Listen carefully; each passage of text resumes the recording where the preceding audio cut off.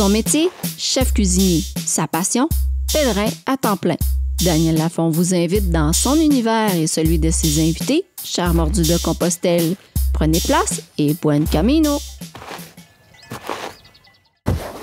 Bonjour et bienvenue au Mordu de San Diego de Compostelle. La décrire en 5 phrases serait littéralement impossible.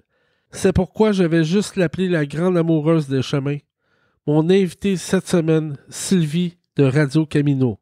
Buen camino! Bonjour les amis de Radio Camino. Sur le chemin, il m'est arrivé de me poser les mauvaises questions. C'est vrai qu'en arrivant au Mont-Saint-Michel, je m'attendais à trouver la révélation sur ce que je devais faire de ma vie, comment j'allais mûrir, comment j'allais transmettre, bref, des questions très fort axées sur le quoi. Et curieusement, ce que le chemin m'a offert, c'était d'abord de comprendre qui j'étais, comment je fonctionnais, qui il y avait quand on se libère de toutes ces fausses identités et que l'on expérimente la marche en toute liberté pendant presque 3 mois. C'est cette aventure que je vais vous raconter. J'espère que vous ne m'en voudrez pas d'être assez simpliste. Je ne suis pas une adepte du développement personnel. J'ai beaucoup de mal avec les concepts abstraits. Par contre, le chemin, dans cette concrétisation de finalement ce qui se passe à l'intérieur, c'est ce qui m'aide à évoluer et j'avais envie de partager tout ça avec vous.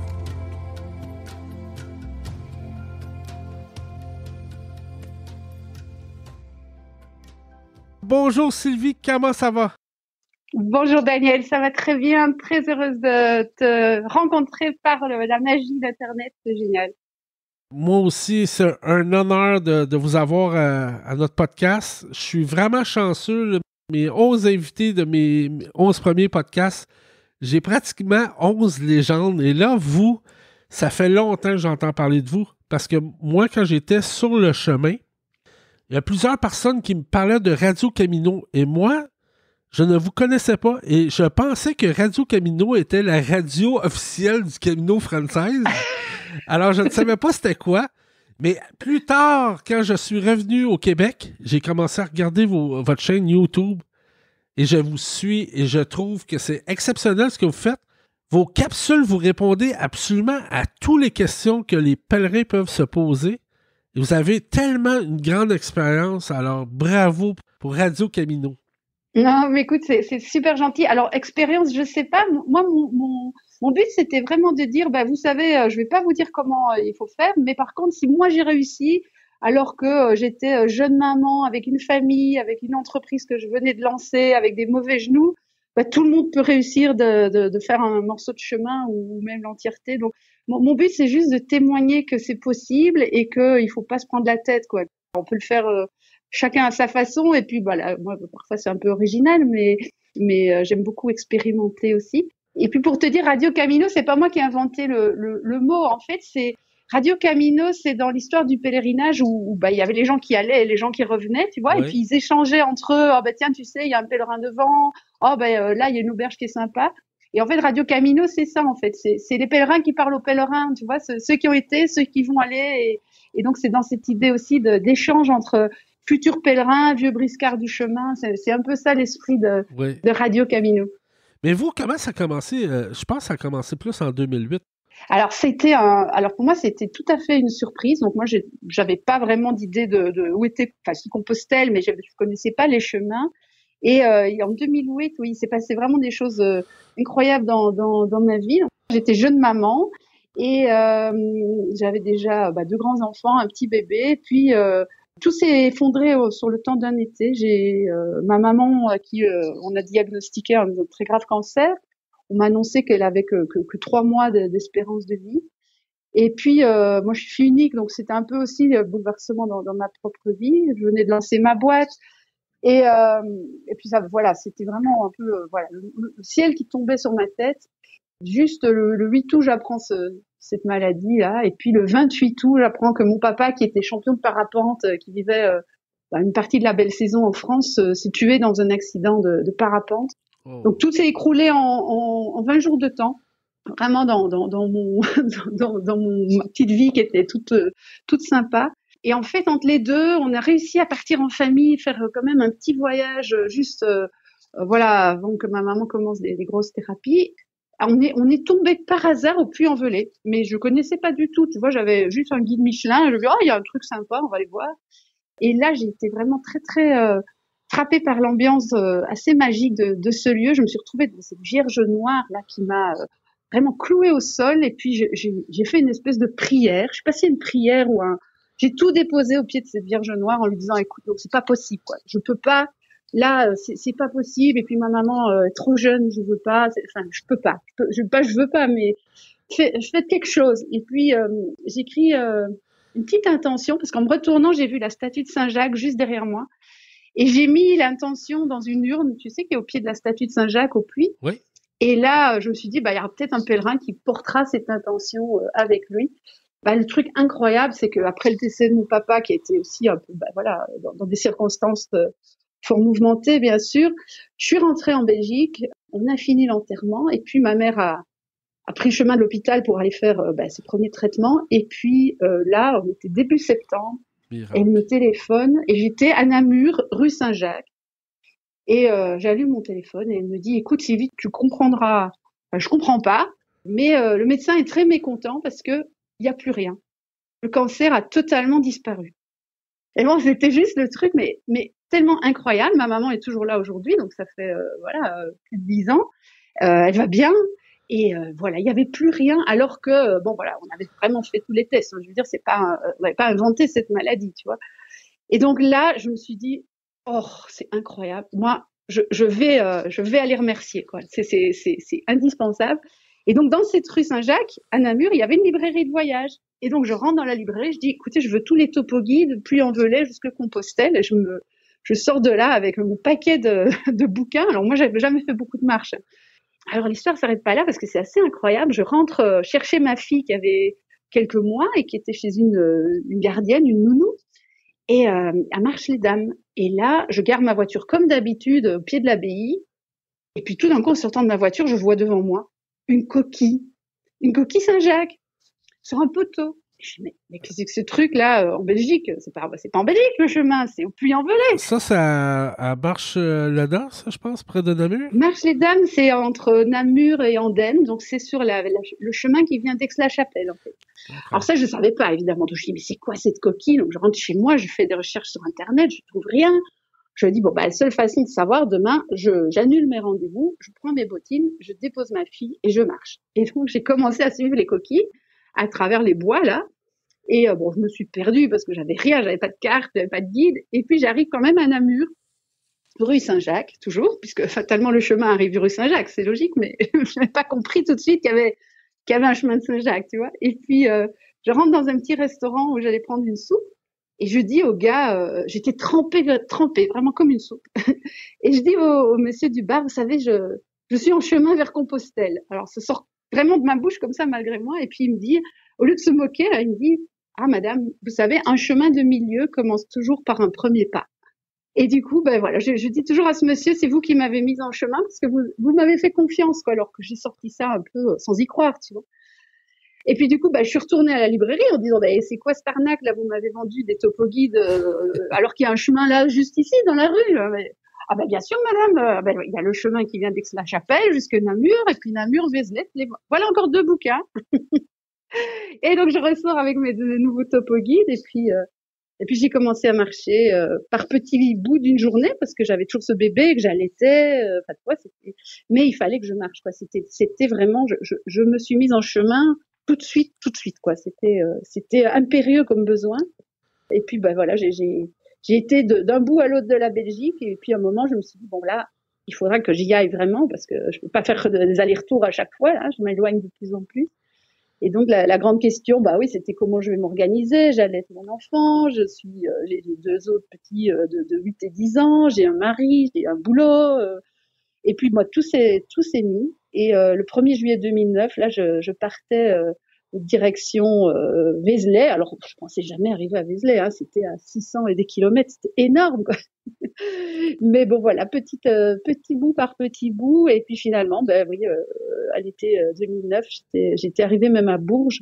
Puis j'ai repris le chemin chaque année là où j'étais rendu, comme vous dites. C'est assez impressionnant quand vous me parlez de votre papa et votre maman, la mort subite de votre père, puis que votre mère tombe directement malade comme ça avec un cancer très, très fort, puis que directement, je parle souvent des miracles du chemin, et la première chose que vous me dites de l'entrevue, c'est un miracle qui arrive encore sur le chemin.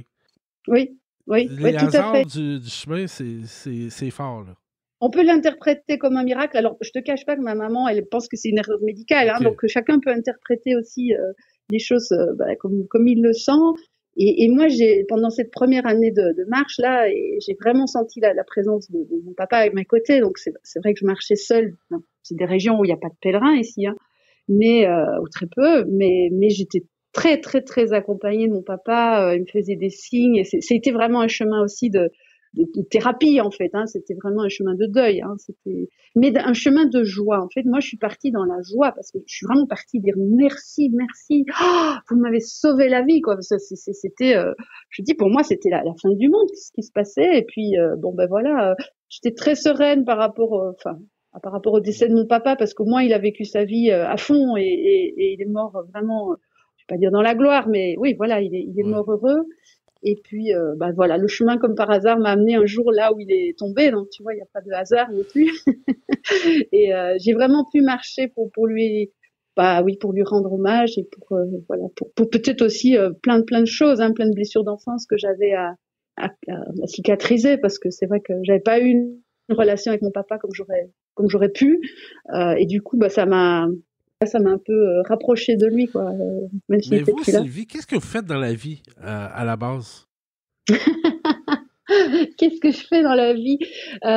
Écoute, j'ai un parcours. Alors, tu as interviewé Pauline et moi, ça m'a touchée parce qu'on a un parcours assez proche. J'étais bonne élève, j'ai fait des très bonnes études.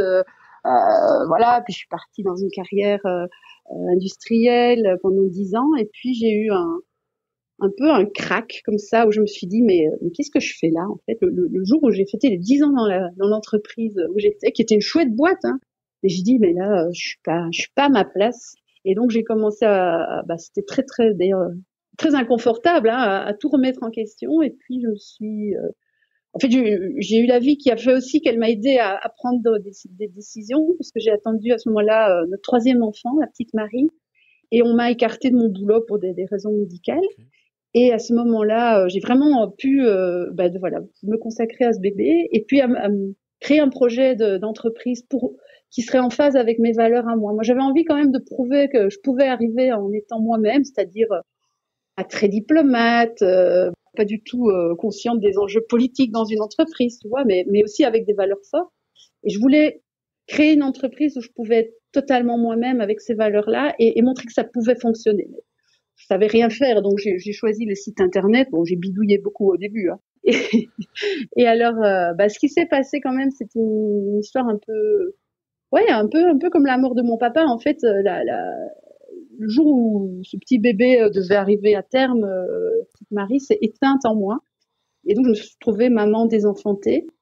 Et ça a été, ça a été vraiment aussi quand même une expérience douloureuse dans ma vie.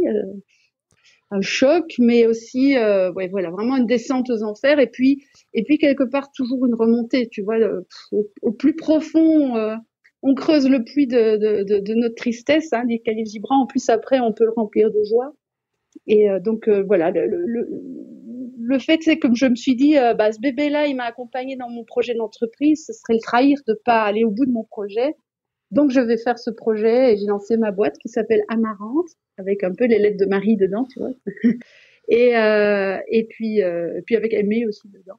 Et puis, pour le moment, j'accompagne les femmes qui changent le monde à créer leur site internet et à communiquer adéquatement sur le net. Donc, je suis auto-entrepreneur. Okay. Si tu veux. Puis quand on vous regarde sur Radio Camino sur YouTube, vous avez une super chaîne YouTube avec plein d'abonnés, plein de gens qui vous suivent. On a toujours l'impression que vous êtes sur le chemin. Toujours. Alors, ma question première, c'est quand commence votre saison finalement? Vous, à partir de quand vous commencez à être sur le chemin et quand est-ce que vous finissez? Ah bah écoute, c'est une très très bonne question parce que là maintenant je suis en train d'essayer de dormir en bivouac l'hiver, tu vois. Enfin l'hiver en Belgique c'est pas le Québec, hein, mais on est dans les 0 degrés, la petite pluie, la bruine, le vent, le froid. Et donc pour moi, je voudrais vraiment être libre par rapport à ça et me dire qu'il y a aucune saison, quoi. Tu peux partir même en hiver, même quand tout est fermé, tu peux encore te débrouiller. Donc là, j'expérimente pour le moment le hamac en hiver. Bon, mais donc j'ai pas de saison. Moi, dès que je peux partir, je pars. Point. Et tu sais, la dernière fois que je suis partie, là, c'était ici au mois de janvier. Bah, j'ai décidé à 17h que finalement, ce que j'avais vraiment envie, c'était d'aller marcher au Portugal. Et à 6h du matin, j'étais dans l'avion, quoi, le lendemain. Et à 9h, j'étais à Porto. Donc, je fais jamais de plan. Je suis très, très nulle pour planifier des choses. Mais par contre, quand c'est le bon moment, c'est le bon moment. Et je prends mon sac et je pars, quoi. Ou mon vélo. Et je pars. Et voilà, on verra après. Mais est-ce que vous marchez toujours sur les chemins de Compostelle ou c'est des différents chemins que vous marchez? Alors, j'ai marché pour aller à Compostelle. Donc, j'ai pris le temps, hein. J'ai marché pendant 6 étés consécutifs jusqu'à Saint-Jacques. Vous avez vraiment beaucoup, beaucoup de détours. Je pourrais te raconter tout ça. Puis j'étais en fait très contente d'être arrivée à Compostelle et moi, ça me paraissait accompli ce chemin-là. Donc, j'ai pas envie de retourner à Compostelle particulièrement, tu vois. Mais les chemins de Saint-Jacques ou les chemins en général qui ont une histoire liée à un pèlerinage me fascinent parce qu'ils ont vraiment une magie, tu vois. Ils sont pas là pour rien tous ces chemins. Et bien avant Saint-Jacques, ils étaient déjà parcourus peut-être par nos ancêtres, par les Celtes. Et donc, moi, ce qui m'intéresse, c'est des chemins initiatiques, des chemins avec une réelle magie, avec quelque chose dans le sol qui fait que tu te transformes en marchant. Mais ça se limite absolument pas à Compostelle. Alors, je suis partie vers Assise pendant l'été 2017. Je suis partie. J'ai voulu essayer des chemins aussi au départ de trucs lointains. Genre, je suis partie de Cracovie sur un coup de tête aussi. Alors ça, c'était marrant parce que quand je suis arrivée à l'office du tourisme de Cracovie, j'avais rien préparé, j'avais même pas de guide. Puis j'arrive et je dis bonjour, est-ce que vous auriez les guides de Compostelle depuis Cracovie? Et puis je vois les deux dames à l'office du tourisme un peu paniquées. On se dit mais qu'est-ce qu'elle me veut celle-là?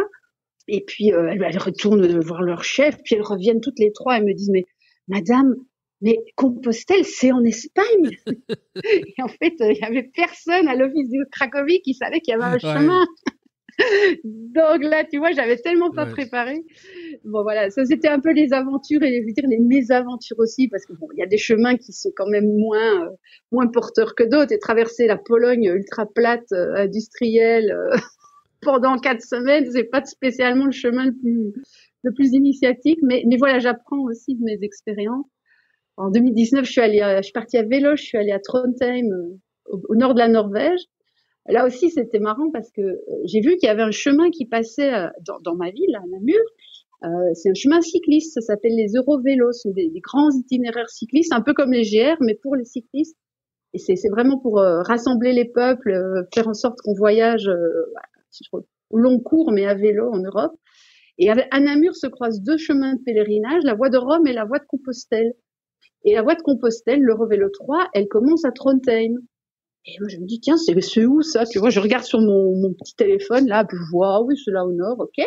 Bah, allez, allons-y, quoi, puisque Compostelle, j'ai déjà été, donc allons-y pour Trondheim. Et je pars le 21 juin 2019, et je commence à rouler vers le nord, et je me pose pas trop de questions, tu vois, j'avais pas non plus regardé vraiment où c'était, ni combien de kilomètres.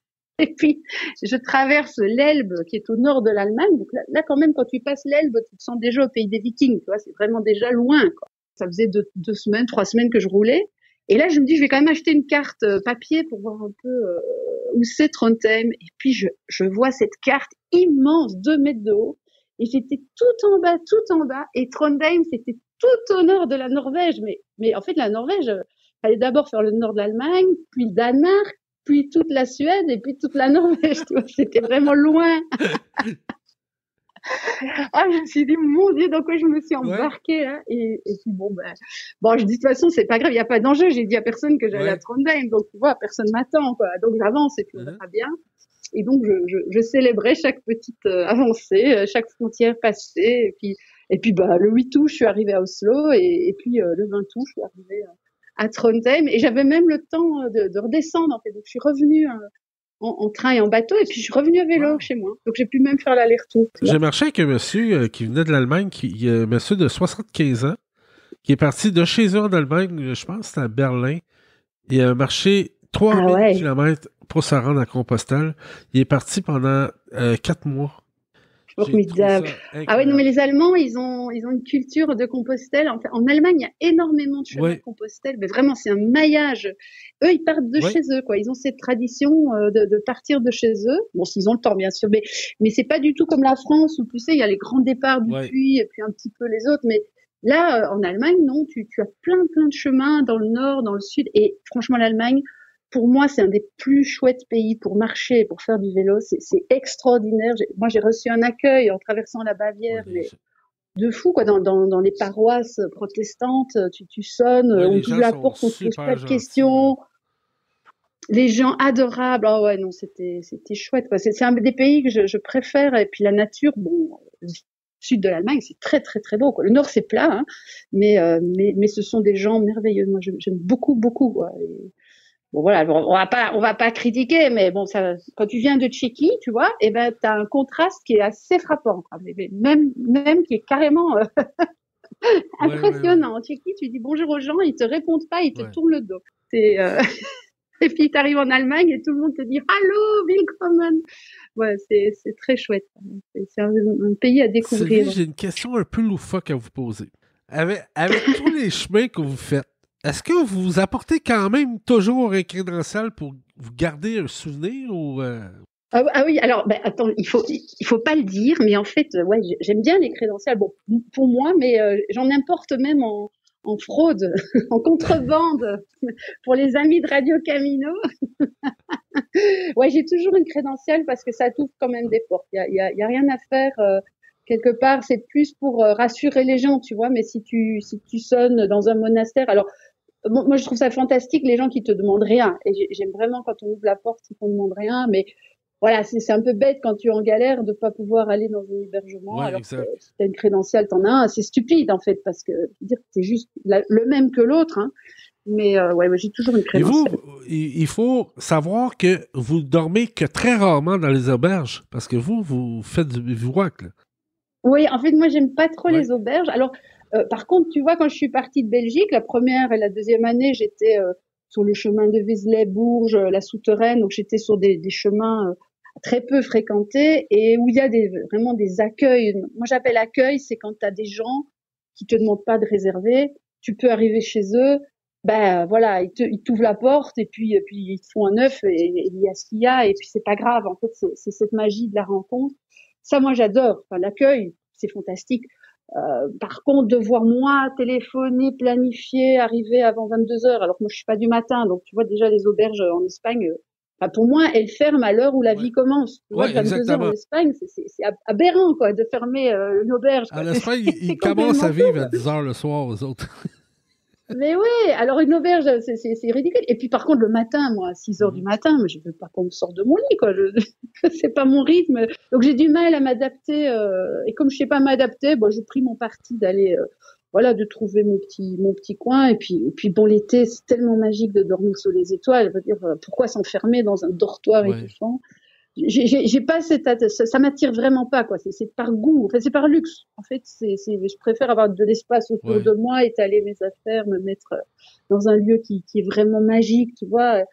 Et puis j'aime pas quitter le chemin. En fait, j'adore dormir sur le chemin parce que j'aime rester en chemin jour et nuit. J'aime 1000 fois mieux me laver dans une rivière. Dans une rivière que dans une douche. D'ailleurs, j'avais une question là-dessus sur les rivières. Est-ce que vous avez une belle rivière à nous conseiller sur le Camino Frances où on pourrait aller prendre un bon bain? Oh, il y en a des merveilleuses. Oh là là, oui. Attends, quand tu redescends de la Croix de Fer, là, alors par contre, j'ai pas révisé ma géographie du chemin. Mais le village avant Ponferrada, qui est en bas de la grande descente, un rio là, merveilleux. Où est-ce qu'il y a le pont, là? Oh là là. En bas du pont. Mais il y en a plein. En fait, je les ai listés sur mon blog, radiocamino.net, parce que j'ai fait un post sur les meilleures baignades sur le Camino Frances. Écoute, l'Espagne est fantastique parce que curieusement, même dans la Meseta, il y a beaucoup d'eau, il y a beaucoup de belles rivières et tu peux vraiment tous les jours te faire au moins une trempette, voire une baignade, quoi. C'est chouette. Et puis il y a des fontaines, il y a vraiment de l'eau, quoi. C'est quand même Ça, c'est un luxe. Bon, moi, j'ai marché au sud du Portugal. Bon, là, quand il n'y a pas d'eau, il n'y a pas d'eau, quoi. Hein. Ou si tu vas sur la Via de la Plata, c'est plus compliqué. Mais le Camino Frances et bien sûr la Voie du Puy, il n'y a pas de problème, quoi. Il y a de l'eau partout. Et en été, c'est vrai que l'eau, c'est la vie, quoi. Hein. Si t'as pas d'eau en bivouac, c'est vraiment pas chouette. Mais il y a toujours moyen. Ou alors on repère un robinet. Tu vois, dans les dernières heures de marche de la journée, quoi. Et puis on se lave et puis on va se poser un peu plus loin. Puis moi, je me baigne dans tout ce que je croise. Et alors, l'histoire, en fait, c'est né comment? C'est que quand je suis partie, j'ai d'abord marché un petit week-end de 2 jours en Belgique et je suis revenue avec les 2 genoux complètement bloqués par l'inflammation.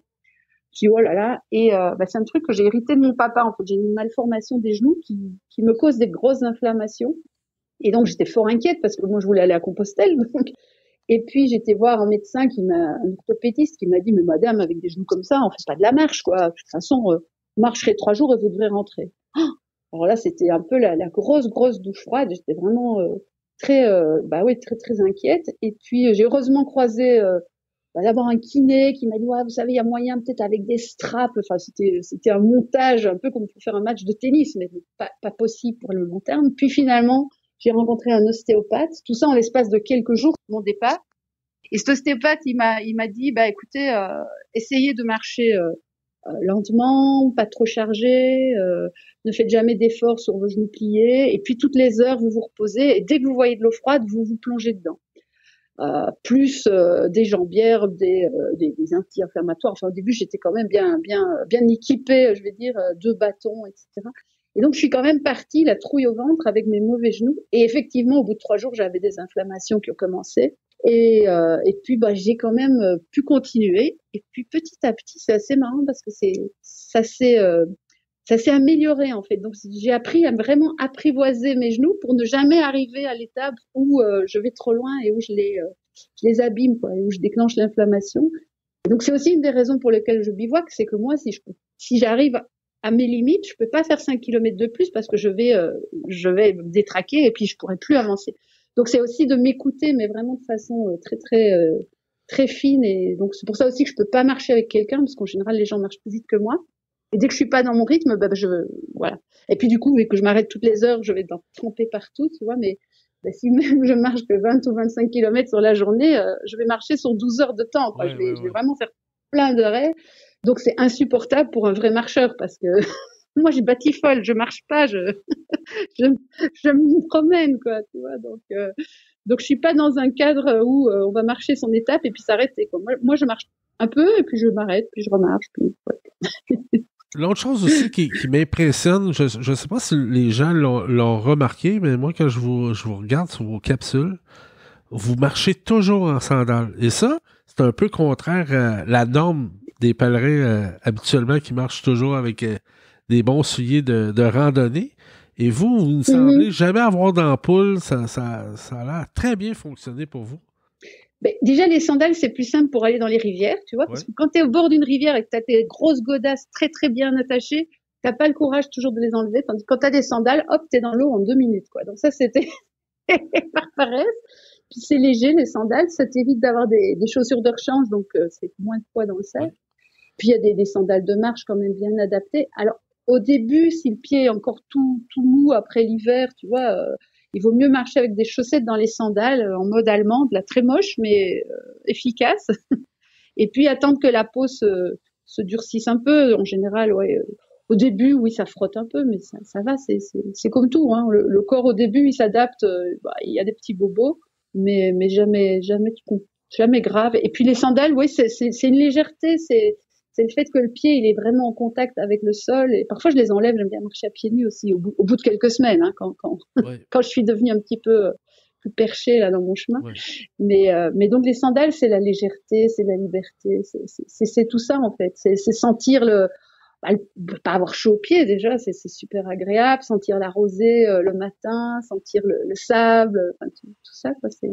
Après, bon, maintenant si je marche en hiver en Belgique, je ne mets pas de sandales, hein. Je mets des bottines. Hein. Et l'autre chose que je vous trouve tellement chanceuse, c'est quand vous partagez que des fois, vous dormez dans des églises. Ah oui, il faut dire. C'est tellement impressionnant parce que, est-ce que c'est une forme pour vous de méditation ou c'est sûr que quand tu es dans un... Alors déjà, dormir près des églises, c'est chouette, hein, les petites chapelles, les églises isolées sur le chemin. En Espagne et en France, il y en a beaucoup, beaucoup, quoi, hein, sur la voie de Paris et sur la voie du Puy-en-Velay. Il faut savoir que sur la voie du Puy-en-Velay, elles sont ouvertes, souvent, les chapelles, et c'est voulu. Donc, ce sont les évêques qui se sont mis d'accord avec les paroisses et ils veulent garder des chapelles ouvertes pour les pèlerins qui sont un peu dans cette démarche de on donc c'est voulu, c'est pour les pèlerins. Et au début, je savais pas. C'est en rencontrant un pèlerin, il m'a dit mais si tu peux dormir dedans. Enfin, on va pas te foutre dehors là. Tu peux. C'est pour nous. Et donc du coup, oui. Maintenant, j'hésite pas à demander. Quand je suis arrivée à Stade, donc dans le nord de l'Allemagne, là, j'ai pu dormir dans l'église vraiment romane, avec en plus un concert d'orgue pour m'endormir. C'était juste magique, des souvenirs incroyables avec ça. Ouais. C'est tellement relaxant. Moi, je me rappelle quelques fois d'avoir arrivé dans une église vers 6 heures le matin et rester là jusqu'à 10 heures le matin. Juste à relaxer, à prendre le temps de réfléchir. C'est zen. On prend pas assez le temps d'aller dans les églises, je trouve. En tout cas, nous, au Québec, là, quand on arrive en Espagne, c'est frappant. Il y en a tellement d'églises. Wow. Mais tu as raison, mais c'est vrai que certaines chapelles, certaines églises sont sur des lieux qui sont des lieux de culte depuis des millénaires, en fait. Donc, elles ont aussi une magie, tu vois. Il y a quand même des lieux sacrés qui sont là et qui gardent leur sacré à travers les cultures, les religions, à travers les époques. Et donc, c'est vrai que sur le chemin de Compostelle, en particulier, le Camino Frances, ouais, il y a vraiment des lieux. Alors, ça peut être des églises, comme ça peut être des sources, comme ça peut être des rochers, hein, mais qui sont des lieux, c'est pas par hasard que le chemin passe par là, et c'est pas par hasard que toi, tu te sens bien et que tu as envie de rester là, et c'est super important de s'écouter. Et pour ça, marcher en groupe ou marcher à plusieurs, mais faut vraiment être bien d'accord, quoi, parce que rater un moment comme ça, c'est dommage. C'est passer à côté d'une expérience de transformation profonde, quand même. Oui, exactement. Puis, tantôt, vous parliez que vous marchiez souvent seul. Moi aussi, j'ai tendance à marcher seul sur les chemins. Mais pourquoi vous marchez seul en tant que tel? C'est-tu une question que vous voulez rester comme dans votre tête quand vous marchez, que vous trouvez que la marche est pas aussi...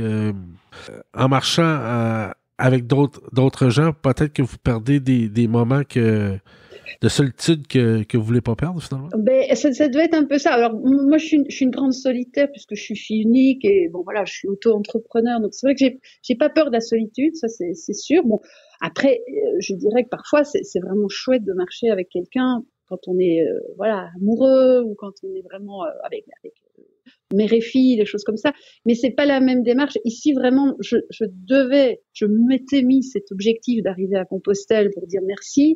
Et c'était tellement un chemin personnel et je sentais tellement que mes pas étaient guidés, en fait. Même quand je me perdais, même quand je prenais des variantes, j'avais vraiment pas pas envie qu'on me détourne de mon chemin, en fait. J'avais même peur de ça, tu vois. Donc, je me suis volontairement isolée pour vraiment être sûre de suivre mon chemin dans mon rythme, dans mon histoire et de vivre tout ce que j'avais à vivre sur le chemin pour vraiment pouvoir, arriver sereine et me dire, voilà, maintenant, t'as vraiment accompli ton chemin. Alors parfois c'est bête, hein, parce que je me suis quand même privée peut-être de rencontres, c'est possible, hein, parce que par exemple pour la partie en Espagne, moi j'ai essayé de prendre toutes les variantes possibles pour voir presque pas de pèlerins, ce qui était quand même pas très pas facile. Donc je me suis retrouvée sur des chemins abominables comme le Camino Vasco de l'Interior par la vallée où tu es entre l'autoroute, le TGV et la nationale pendant des jours, enfin des chemins moches, quoi, hein, il y en a aussi. Ouais. Et quand je suis arrivée quand même sur le Camino Frances, je me suis rendu compte que c'était bête parce qu'il n'y avait pas non plus l'énergie du Camino Frances était magnifique. Du coup, pour un peu compenser cette arrivée solitaire, je me suis dit, ben maintenant, c'est à mon tour de donner, en fait, et d'aller à la rencontre des gens. Et l'année qui a suivi mon arrivée à Compostelle, en 2015, je me suis dit, bah, il y a eu plein de signes, et en fait, je me suis dit, je vais marcher dans l'autre sens. Donc, je vais partir de Compostelle et je vais remonter le chemin et je vais embrasser les pèlerins. Enfin, je vais proposer aux pèlerins des free hugs pour vraiment pour rendre tout ce que j'avais reçu jusque-là, tout ce que le chemin m'avait donné, et rencontrer les gens, parce qu'en plus je parle 5 langues, tu vois, j'ai vraiment plein de facilité, et voilà, je m'étais volontairement isolée à l'aller, mais alors au retour, je peux te dire que ça a bien compensé, et j'ai vécu une expérience spirituelle qui était vraiment forte, parce que j'ai vraiment en fait essayé de faire mienne, tu sais, cette parole qu'on attribue à Saint François, fais de moi un instrument de ta paix, et arriver à être dans cet amour inconditionnel et juste un canal d'amour, en fait. Quand tu embrasses les gens comme ça, c'est pas toi qui donne de l'amour, c'est quelque chose qui vient d'ailleurs, d'en haut, là, et puis qui se transmet aux gens qui ont envie de le recevoir, bien sûr. Et c'est une expérience qui m'a totalement transformée, en fait. C'était de pouvoir dire, mais non, oui, voilà, aller vers les gens, leur donner de l'amour, sans aucun retour, puisque moi, après, je pars et je continue mon chemin, et eux vont dans l'autre sens. Ouais. Ça a été quand même l'expérience la plus forte de tous mes chemins, ça c'est clair. Et moi, ce que j'adore avec Radio Camino, c'est que vous répondez vraiment à toutes les questions. Il n'y a pas de questions stupides pour vous. Vous répondez vraiment à toutes les questions. Et il y a une question que vous avez répondu qui m'a pas mal touché. C'est qu'à un moment donné, c'est pour ça que je vous parle de la marche tout seul, c'est qu'à un moment donné, vous marchiez tout seul, vous êtes arrivé à Compostelle, vous avez ressenti des vieilles blessures à l'intérieur de vous. Parce que vous vous sentiez seul dans la foule. Oui. J'aimerais ça que vous m'en parliez parce que je trouve ça important. Ça m'a touché quand vous avez parlé de ça. En fait, le sentiment vraiment de solitude triste, qui était la première fois, c'était à Saint-Jean-Pied-de-Port. Parce que quand tu arrives de Belgique par Vézelay, tu es sur un chemin très peu fréquenté. Et puis tu débarques à Saint-Jean-Pied-de-Port, et là tu es au milieu de la foule, en fait, de pèlerins, mais qui la plupart arrivent en train, donc ils sont dans leur peur, tu vois, il y a un peu déjà, chacun est dans ses angoisses, et en fait je me suis trouvée tellement seule au milieu de la foule, et je me souviens, je suis allée au restaurant. Alors jusque-là, quand je croisais un pèlerin, c'était la fête, tu vois, viens, on va boire un verre, c'est génial et tout. Et là j'étais toute seule au resto avec des gens autour de moi, des pèlerins. Et puis je me dis, mais non, c'est pas possible, c'est trop triste. Donc je me suis relevée, je quittais le resto, je dis, moi je fais pas ça, c'est horrible. Et en fait là j'ai ressenti une vraie solitude dans la foule, parce que ben oui, chacun était plongé dans ses propres peurs, dans ses pensées, et il n'y avait pas de communion entre les gens. Et moi c'est ça qui me fait vibrer, c'est la communion d'âme. Donc s'il y a une rencontre, c'est une vraie rencontre, ou alors non. Je suis un peu voilà. Et donc c'est vrai que j'ai pas bien vécu ce moment-là, et c'est pour ça d'ailleurs, quand je suis arrivée donc la première fois à Saint-Jean-Pied-de-Port en 2011, après trois étés de marche, et là je me suis dit, oh là là, enfin j'ai quand même continué, on se voit. Puis quand je suis arrivée à Pampelune, j'ai dit non, là je suis pas prête. Et alors j'ai rencontré des gens de Savoie. Ils m'ont dit, mais vous savez, il y a un chemin qui part de Genève. Je dis, ok, je vais aller là-bas. Et donc, j'ai repris le chemin à Genève pour recommencer, en fait, à traverser la France une deuxième fois, pour être enfin prête à gérer la foule. Donc, si tu veux, ça m'a mis encore 2 étés pour faire Genève-Conques, et puis Conques-Roncevaux.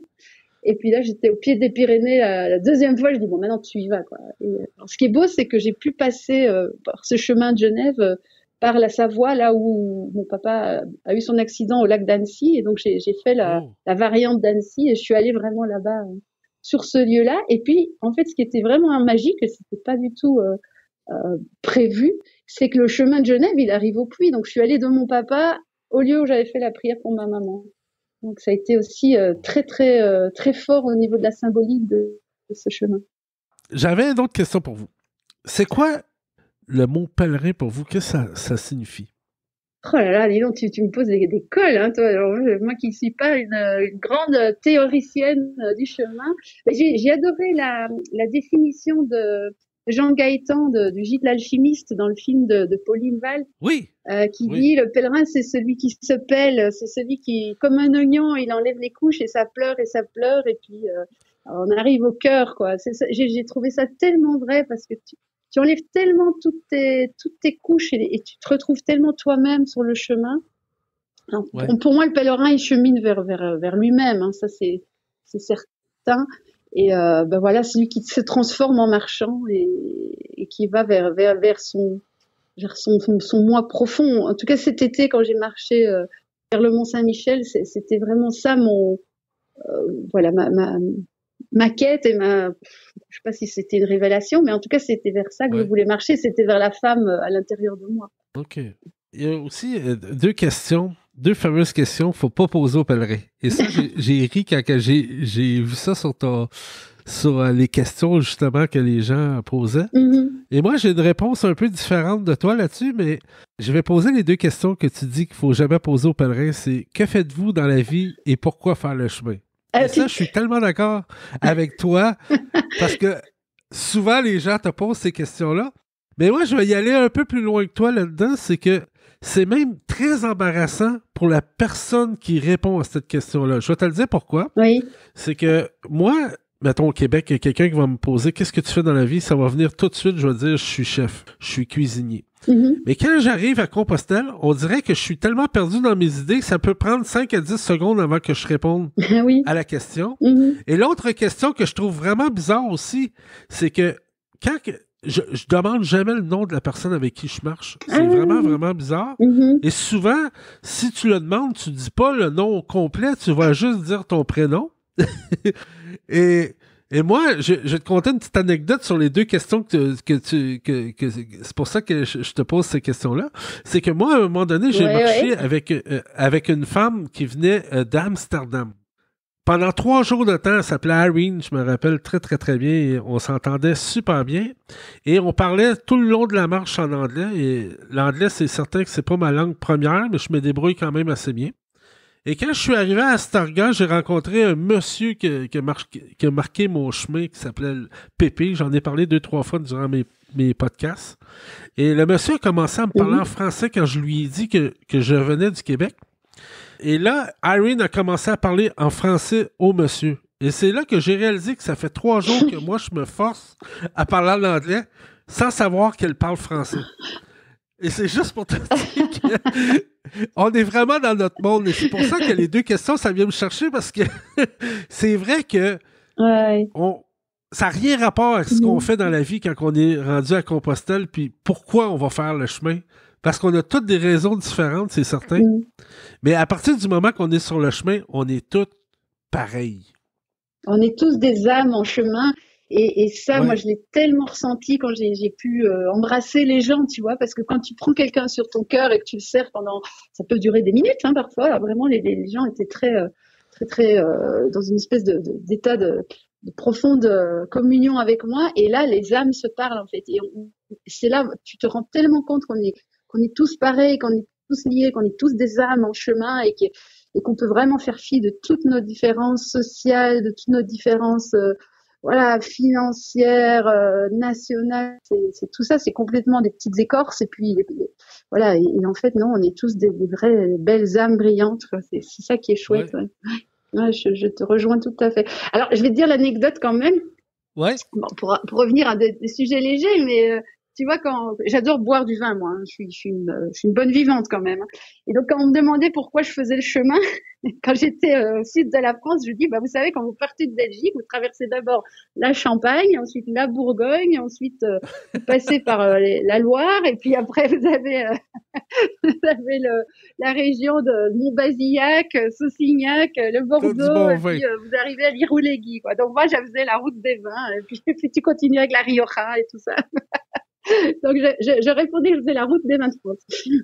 Mais il y a aussi ce qui est le fun avec vous, c'est que vous avez fait une capsule sur la nourriture. À un moment donné, même la nourriture qui est super simple, mais qui peut devenir des moments de bonheur pour vous. Tu sais, je ne sais pas si vous vous souvenez de la petite capsule que vous avez faite.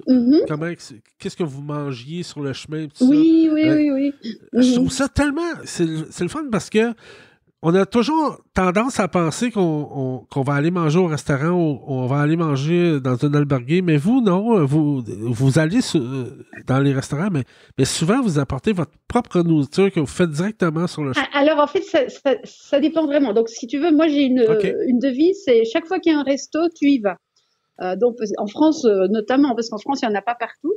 Donc, et j'avais beaucoup de chance parce que je tombais souvent sur le resto vers le milieu de la journée. Donc, je me faisais le bon petit menu ouvrier, tu sais, mange bien en Ouais. France et en Espagne, el menú del día. Donc moi, je suis plutôt quand même pour être une bonne mangeuse hein, quand on peut, et le petit verre de vin, et puis la sieste et tout ça. Donc ça, j'adore. Donc quand il y a un resto, j'y vais. Ça, c'est sûr. C'est sûr. OK. Plutôt le midi que le soir, parce que je pense que dans tous les pays, on mange mieux à midi. Voilà, c'est plus convivial. Et puis quand il fait chaud, c'est bien. Ça te fait une pause. Après cet été, ce qui s'est passé, et puis aussi en Italie notamment, où il y avait peu d'endroits où on trouvait vraiment à manger facilement. Et puis cet été, entre le Mont Saint-Odile et le Mont Saint-Michel, bah voilà, c'était vraiment pas du tout des régions touristiques où on trouvait pratiquement jamais, même pas un magasin. Donc là, j'ai quand même dû un peu me débrouiller en autonomie, on va dire ça. Donc c'est là que je me suis un peu posé des questions sur, bah oui, comment se faire du bien et bien manger.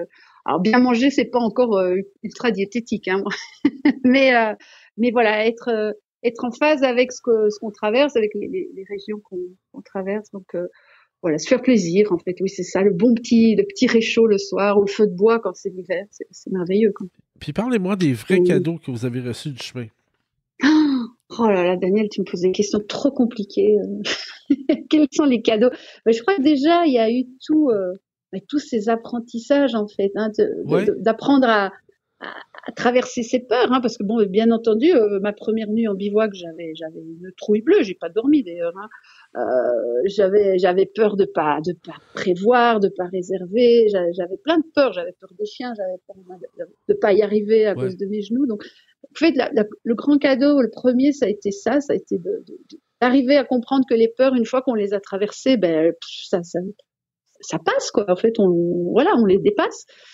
J'ai appris quand même le pardon, parce que j'avais quand même pas mal de casseroles, comme je te disais, par rapport à mes blessures d'enfance. J'ai appris à découvrir le pouvoir du moment présent. Ça, c'était un beau cadeau. Qu'est-ce que j'ai encore appris? J'ai appris à simplifier ma vie. J'ai appris la magie de l'amour quand on peut juste donner de l'amour, de façon désintéressée. Mais en fait, c'est vraiment les messages de plein de religions, et c'est pas pour rien. Et au fond, toucher ça, c'est des cadeaux incroyables. En fait, moi, j'ai besoin d'expérimenter. C'est ça, le chemin, il me permet d'expérimenter des choses qui sont des métaphores de la vie. Comme tu as compris, je suis pas une grande intellectuelle au sens, j'ai du mal à tout ce qui est abstrait. Avec tout ce qui est abstrait, j'ai besoin d'incarner les choses pour les comprendre et pour qu'elles percolent en moi. Donc le chemin, c'est un incroyable terrain d'expérimentation qu'on peut traverser dans sa vie, et voilà. Donc plutôt que de me poser des questions, je marche et puis ça se fait, quoi. Ça, c'est le cadeau du chemin. Je pense vraiment qu'on apprend à aller vraiment en profondeur de soi-même sur les chemins. Oui, mais j'ai du mal à en parler, tu vois, c'est quelque chose qui reste difficile de dire avec des mots, parce que tu décroches tellement ton mental aussi, tu vis tellement les choses dans tes tripes. Cet été, par exemple, c'est la première fois que je marchais 3 mois. J'avais jamais pris 3 mois complets. Et c'est vrai qu'au bout dans le 3e mois, j'étais plus capable d'écrire, donc je tiens un carnet de bord d'habitude. J'étais vraiment, j'avais décroché complètement mon mental, et j'aime bien ça, mais du coup, j'ai du mal parfois à résumer de façon abstraite ce que j'ai vécu. Puis, comme vous savez, dans mes podcasts, il y a 3 questions que je pose souvent, mais il y en a une que je vais vous poser qui va être un petit peu difficile dans votre cas, parce que je parle souvent du retour. Et comment c'est difficile le retour. Mais dans votre cas, vous ne revenez jamais. Vous êtes toujours parti. Alors, vous revenez, mais vous repartez assez rapidement. Alors, mais le premier retour, la première fois que vous aviez fait le chemin, ça a-tu été difficile? Est-ce que ça a été difficile? Écoute, non, parce que j'étais tellement sereine, j'étais tellement déjà, même si je suis arrivée quand même à Vézelay la première année, donc j'ai vraiment eu une vraie arrivée, hein, avec un sanctuaire exceptionnel que je ne m'attendais pas du tout à atteindre, comme ça, alors que c'est quand même loin, et que j'avais toutes ces croyances limitantes par rapport à mes genoux, par rapport à ma famille. Et puis je suis allée mon petit Finistère cette année-là, c'était Bourges. Donc j'ai pu en plus vraiment, non seulement arriver à Vézelay, prendre le temps là-bas, et puis encore prendre une semaine pour décanter tout ce que j'avais vécu. Et donc quand je suis rentrée, j'étais sereine, quoi. J'étais vraiment dans quelque chose d'accompli déjà, même pour un premier chemin. Alors j'étais très triste de quitter le chemin, mais je savais bien que j'allais quand même pouvoir y retourner un jour. Donc moi je suis plutôt sereine. Quand je rentre, c'est que c'est le bon moment. Tu vois, je suis toujours. Quand je suis arrivée à Compostelle, pour moi, c'était arrivé, c'était accompli, c'était juste. Par contre, avant d'arriver, j'avais quand même fait beaucoup de détours, puisque si tu calcules bien, en 6 étés, j'ai parcouru 4500 kilomètres et j'ai marché 9 mois en tout pour faire bêtement Belgique-Compostelle. Donc c'est quand même, normalement, c'est 3 mois. Hein. Non, ça a été quand même un détour. Mais quand je suis arrivée, je suis au bon endroit, au bon moment, et donc je rentre sereine. Et puis, ben, la grâce totale, c'est bien sûr de pouvoir faire un aller-retour, comme pour Trondheim. Maintenant, j'essaye de reprendre un petit morceau de retour en plus, pour vraiment, voilà, matérialiser le fait que je rentre à la maison. Donc, si tu veux, pour moi, le chemin idéal, c'est arriver à un beau sanctuaire qui a du sens, prendre le temps d'arriver, refaire un morceau pour le Finistère il peut être n'importe où, hein, c'est pas nécessairement le Finistère breton comme cet été ou le Finistère de Galice, ça peut être un autre endroit, et puis reprendre encore un peu le chemin dans l'autre sens pour dire maintenant tu rentres chez toi et donc là tu vas commencer un autre chemin. Donc je suis très sereine par rapport au retour, parce que c'est au bon moment et que j'ai vécu tout ce que j'avais à vivre sur le chemin. Je suis très attentive à vivre dans l'instant présent un maximum, pour que vraiment, voilà, le temps que je passe sur le chemin, il soit vraiment un temps riche, un temps profond, un temps totalement où je profite de chaque instant. Voilà, c'est vraiment ça. Et avec tous les chemins que vous avez faits, c'était quoi, quel trajet que vous avez trouvé le plus difficile? Ah, là où j'ai le plus bavé, eh ben, c'est entre Compostelle et Fisterra. Alors, c'est vraiment curieux, parce que là, j'en ai mais bavé, j'avais les pieds en sang.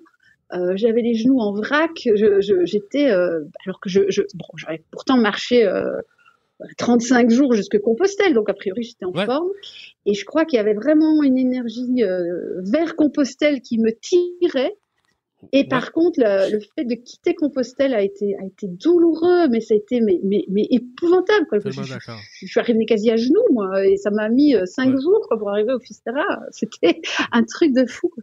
Je suis d'accord avec vous, parce qu'on dirait que la motivation, elle tombe un petit peu. Complètement. On n'est plus du tout dans le même... on n'a plus le sanctuaire qui nous appelle, en fait. Voilà, il est derrière nous, et puis on est déchiré parce qu'on sait qu'on va vers la fin. Enfin, je sais pas, il y a certainement aussi dans l'énergie de cette partie-là qui est très forte, hein, quelque chose qui m'obligeait de ralentir. Bon, par contre, Fisterra, le lieu, les rochers, là. Wow. Si je peux donner un conseil, surtout les pèlerins, montez, ne restez pas au phare, quoi. Allez au-dessus, il y a des rochers qui sont certainement des anciens lieux de culte celte, j'en sais rien, mais qui ont une énergie, et puis couchez-vous sur ces rochers, passez du temps là-bas, c'est magique, quoi. Juste au-dessus du phare, en fait. Il y a personne, tout le monde est en bas. Alors que là-haut, c'est là que ça se passe, quoi. C'est vraiment au-dessus. Et puis, voilà. Mais donc, ça a été mon pire chemin. À part, voilà, oui, bon, des expériences un peu idiotes d'aller sur des chemins comme, enfin, pas idiotes, il y a de l'apprentissage, mais voilà, bon, de traverser la Pologne à pied, c'était peut-être pas une bonne idée, mais voilà, ça m'a quand même beaucoup permis d'abord de découvrir d'autres pays d'Europe, de rencontrer quand même les gens, de comprendre l'histoire dramatique de ce pays, de comprendre pourquoi les gens sont comme ils sont en Pologne. Et puis de faire aussi, voilà, d'être quand même très touché par les gens qui habitent là-bas. Donc c'était un chemin qui m'a beaucoup appris. C'était pas un chemin agréable, mais c'était un chemin très intéressant. Hein. Pour vous, c'est quoi les incontournables des chemins qu'il faut absolument pas manquer? Tu veux dire des lieux ou des... Ouais, des lieux, ouais. J'ai pas de top comme ça, parce que je trouve que c'est bon. Moi, je suis une amoureuse du Camino Frances, même si je l'ai parcouru qu'une fois aller, une fois retour. Mais pour moi, celui-là, il est incontournable, parce que c'est celui-là, le chemin initiatique. Maintenant, il y a d'autres chemins que j'ai découverts qui sont des anciens chemins celtes. Hein. C'est quand même ça, je pense, le trait d'union entre tous les chemins, bon, pas ceux qu'on a inventés par la suite pour toutes sortes de raisons touristiques et autres, mais il y a la Via Arduina que je trouve fantastique en Belgique, qui allait donc Arduina, c'est la déesse celte qui a donné son nom à l'Ardenne, tu vois, qui est le massif rocheux, pas très haut, mais très ancien, granitique en Belgique, un petit peu comme on a la Bretagne, si tu veux. Et Arduina était vénérée sur une colline, et il y avait des chemins qui amenaient vers cet endroit-là, et qui sont encore des chemins avec des pierres de légende, des sources miraculeuses, et qui curieusement, n'ont pas été trop récupérés par l'Église catholique, certains, mais voilà, ça reste un chemin qui est très pur dans son esprit celte. Ce sont des petits sentiers, et là, tu vis vraiment un chemin de transformation. Et puis cet été, là, j'avais entendu, une petite anecdote d'une petite conférence qui avait un chemin entre le Mont Saint-Odile en Alsace et le Mont Saint-Michel, qui était un chemin qui suit exactement le parallèle en passant par Chartres.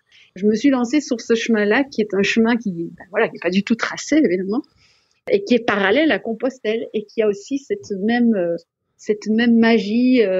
Il y a des zones un peu moins sympas que d'autres, hein. Tu traverses quand même la Champagne et la Beauce dans toute sa longueur, mais tu passes à la cathédrale de Chartres, qui est au cœur d'un réseau de veines dans la terre qui sont quand même. C'est pas par hasard qu'il y a la cathédrale de Chartres à cet endroit-là, quoi. Et donc, je crois que les chemins, moi, qui me paraissent les plus incontournables, ce sont ces chemins anciens qui mènent à un lieu vraiment particulier, comme le Mont Saint-Michel, Ouais. D'ailleurs, une de nos invitées avait marché ce chemin-là que vous parlez, du Mont-Saint-Michel, oui. Anne Saint-Hilaire, une Québécoise qui a ouvert le centre La Tienda ici au Québec. Son premier chemin, elle a fait de là, et ça n'a pas été facile au départ. Le Mont-Saint-Michel, il n'est pas assez... je trouve que c'est dommage, ce pèlerinage, il est très, très ancien, et puis... Je dirais qu'il est plus pur parce qu'il y a, tu sais, le Camino Frances, malgré tout, il a été quand même détourné plein de fois. Enfin, je sais pas si tu connais la croix de fer, mais la croix de fer, elle est pas là, elle est à côté, mais le chemin, il y passe plus. Et j'ai eu la grande chance de pouvoir avoir un petit plan. Je suis tombée sur le vrai tertre de la croix de fer, mais c'est un lieu de malade, quoi. Et le chemin, il y passe pas. C'est fou, quoi. Et c'est aussi grand que les terrils de notre pays noir, tu vois, par rapport au petit tas de la croix de fer. Et ce lieu-là, le chemin, il passe plus. Donc le chemin, il a quand même, le Camino Frances, il a quand même vachement été détourné petit à petit. Et donc, tandis que voilà, le chemin du Mont Saint-Michel, il est encore assez pur dans son tracé, quoi. Ouais. Mais au-delà des chemins de Compostelle, est-ce que je me trompe en disant que vous êtes avant tout une très grande amoureuse de la forêt?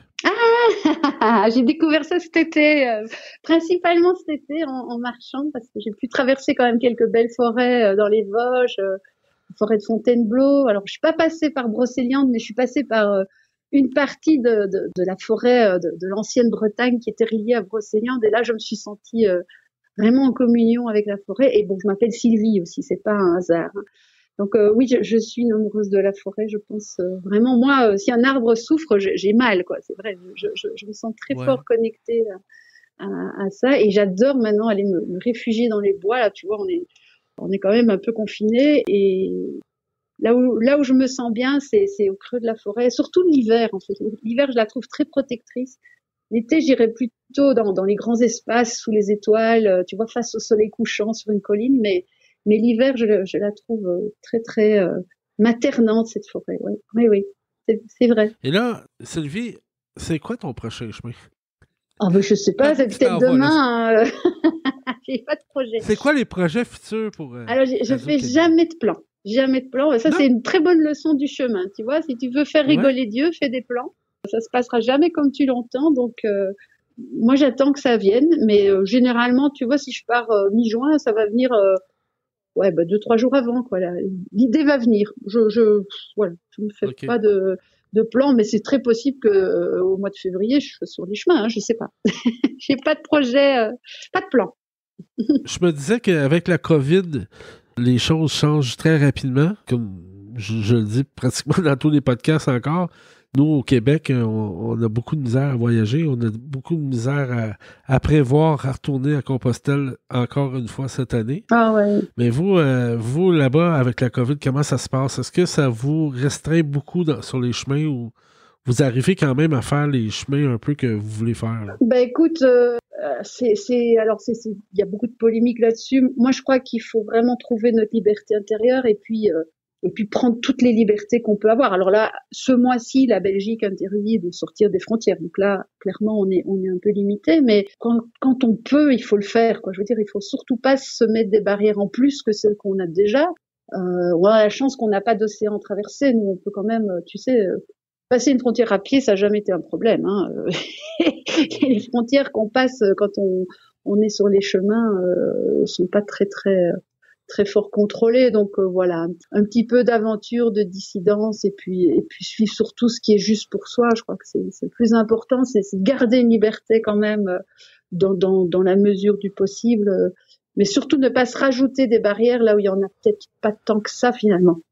Mais quand votre saison commence, est-ce que vous regardez, mettons, exemple, un itinéraire, un chemin que vous avez jamais fait, ou... Ben écoute, de plus en plus. Alors tu vois par exemple en mai, donc le 18 mai, enfin, le confinement belge s'est terminé, donc on a eu le droit de sortir de nos maisons. Le 18 mai à 7h du matin, moi j'étais dans le train. Et puis je sais pas pourquoi, il y avait une ville en Belgique qui m'attirait bien. Donc on n'avait pas encore le droit de passer les frontières. Ça c'était le 15 juin, mais le 18 mai on pouvait sortir de chez soi. Et donc je suis partie dans une ancienne ville romaine belge qui s'appelle Tongres. Qui est une très très très belle ville, et puis je me suis vraiment laissée guider. Donc ce chemin-là, je lui ai dit, écoute, mon intention c'est d'aller vraiment travailler ma petite enfance, vraiment les dernières blessures là, les petites casseroles que je traîne encore. Et c'est le chemin, il s'est fait au jour le jour. C'était vraiment, voilà, pour moi le chemin idéal c'est celui-là, c'est celui qui te dit, prends à gauche, prends à droite. Alors en ligne droite quand même, hein, j'aime pas tourner en rond, mais s'il faut tourner en rond parce que tu dois travailler un truc, il faut pas grave, quoi. Et ce chemin m'a amené à tous les endroits où je devais passer, à tous les lieux où j'ai revécu certaines blessures. Alors parfois c'était un peu dur, mais c'était incroyable en fait. Quand tu poses une intention, après tu laisses le chemin te guider et il t'amène là où il faut. Ça pour moi c'est le chemin idéal. Et alors figure-toi que le dernier jour, j'avais quand même une intention d'arriver dans une petite ville où il y avait une gare. Et là, paf, je croise une coquille. Alors que j'étais pas sur un chemin de Saint-Jacques au départ. Et je croise une coquille Saint-Jacques. Je me dis, oh non, c'est pas vrai, encore le chemin. Et c'était, alors, ce qui était fou, c'était la Via Arduina, justement, que comme je connaissais pourtant déjà. Et, j'avais pas reconnu que j'étais là. Et j'ai remonté la Via Arduina jusqu'à Saint-Jacques. Parce qu'en Belgique, on a un village qui s'appelle Saint-Jacques. Et j'ai terminé mon chemin à l'église Saint-Jacques de Saint-Jacques, parce qu'on m'a donné la clé pour que je puisse dormir dans l'église Saint-Jacques, sous la statue de Saint-Jacques. Et le lendemain, je suis remontée à pied jusqu'à ma maison d'enfance. Et voilà. Et par rapport à l'intention que j'avais mise dans le chemin, tu vois, le chemin a entièrement répondu à mon attente. C'était, voilà. Ça, c'est, je pense, si on peut arriver à faire confiance totalement, les choses vont se faire et la marche, voilà, ça permet de vraiment vivre des moments comme ça très forts où on se rend compte soi-même. Donc pour moi le chemin idéal c'est celui-là, quoi. C'est aucun plan, tu te laisses guider et tout est juste, tout est bien. Wow. En terminant, Sylvie, qu'est-ce qu'on peut vous souhaiter pour la prochaine année? Beaucoup de liberté.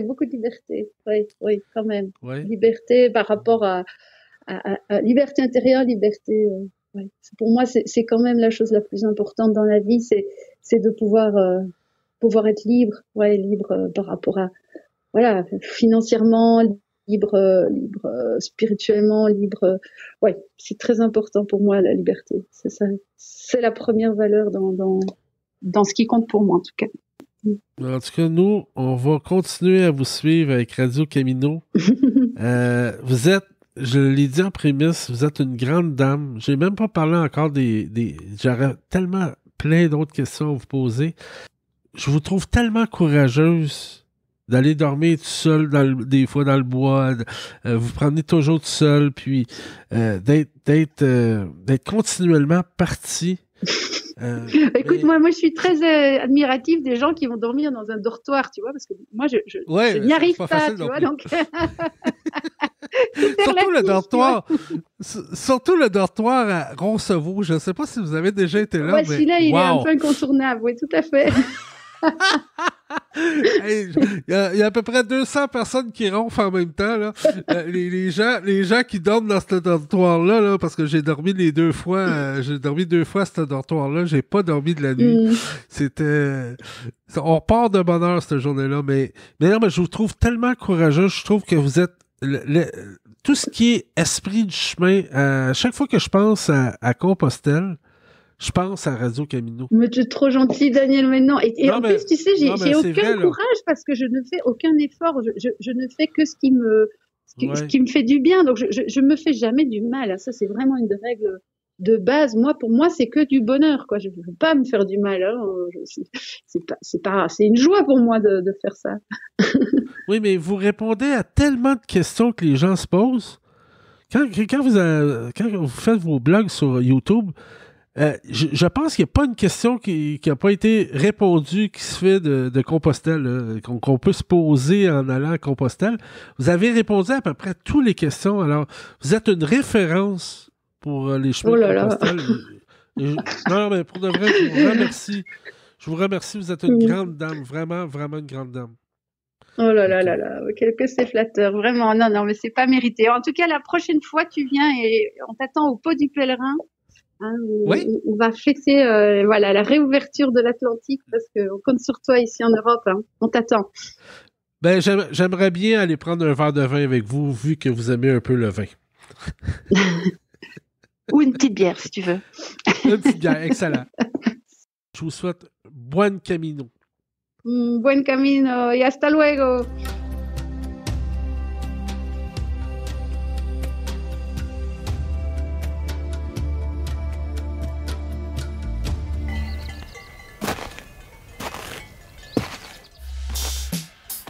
Son métier, chef cuisinier. Sa passion, pèlerin à temps plein.